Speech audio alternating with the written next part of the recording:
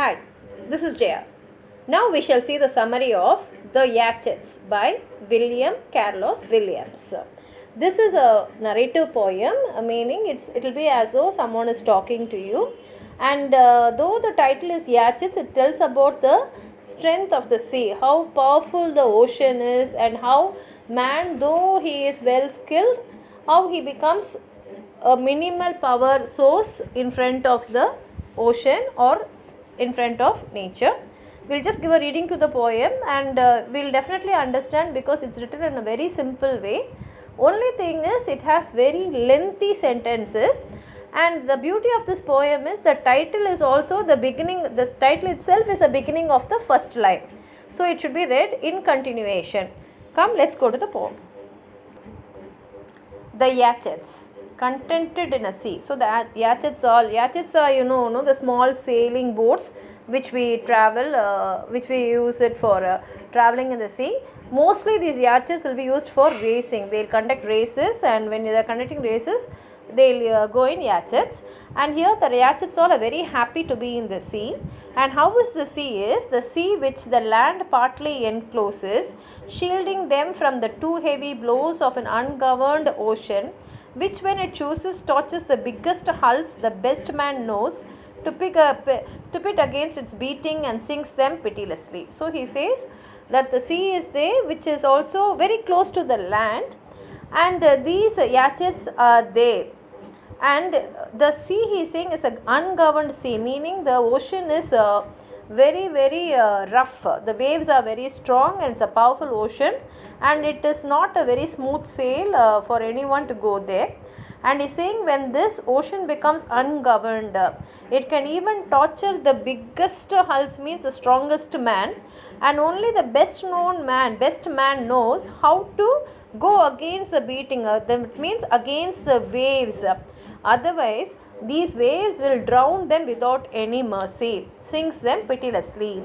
Moth-like in mist, scintillant in the minute brilliance of cloudless days. Cloudless days means if the clouds are there, means it will be raining, and raining means next it can be a storm or a violent waves. So what happens is usually these yachts will go in. Yachts means we'll only be riding in the yachts, but the yachts will not sail on its own. So he says on a cloudless day, what will happen is in minute brilliance, the brilliance, that is you have to be very talented to sail your yachts in this ocean. With broadly bellying sails, they glide to the wind. They go according to the wind, because the yachts will sail only according to the wind. Going against the wind is dangerous. Tossing green water from the sharp rowers, while over them the crew crawls. So the crew members means the people who are sailing the yachts, they will be standing inside the yacht, and the yacht will just glide in the water. Like glide means how a bird will fly in the air, like that. This yacht will just glide in the water. You can imagine even a shark. You would have seen the sharks, how they just glide in the water. It will just tear the water and go. Like that these yachts will go. Ant-like, solicitously grooming them, releasing, making fast as they turn, lean far over, and having caught the wind again side by side, head for the mark. So he's saying how the yachts will go. They will go according to the waves and the wind, and they will lean this side and they lean that side by side, and they will have, that is in case if there is a race, they will have a place where it will be marked that they have to come till there. In a well-guarded arena of open water surrounded by lesser and greater craft, which sycophant, lumbering and flittering follow them, they appear youthful, rare as the light of a happy eye, live with the grace of all that in the mind is feckless, free and naturally to be desired. So he's saying when everything is guarded very well, and when the water is also open water, means a welcoming water, and he says that like everyone will be riding the yachts. When they are sailing in the yachts, one person will be skilled while the other will be less skilled. So lesser and greater craft, which like all of them will love to travel in such a water. So when they go, the whole scenery will be so youthful, and everyone will be so happy to see that, and they'll feel that this is the place where naturally you will desire to go. Now the sea which holds them is moody, lapping their glossy sides as if feeling for some slightest flaw, but fails completely. And everyone loves to travel there, and it is as though the ocean is just watching them if they do make some mistake. It means that the ocean is waiting for an opportunity to show its violent side. Today, no race. So they're thinking, oh, now the wind is not there, so there's no race.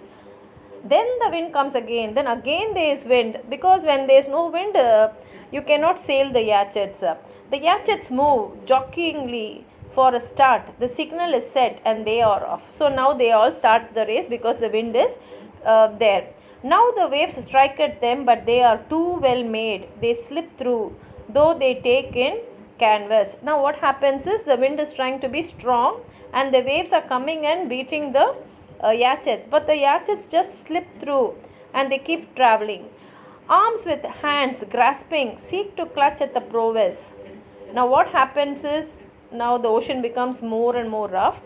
Bodies thrown recklessly in the way are cut aside, and because the waves beat the yachts so strongly that many of them are thrown into the sea and their body gets cut, that is in that violent water as the yachts are passing. It is a sea of faces about them in agony. Now what happens is, all of them who are getting hurt, who are being thrown into the water, they are shouting in pain. It is the death pain.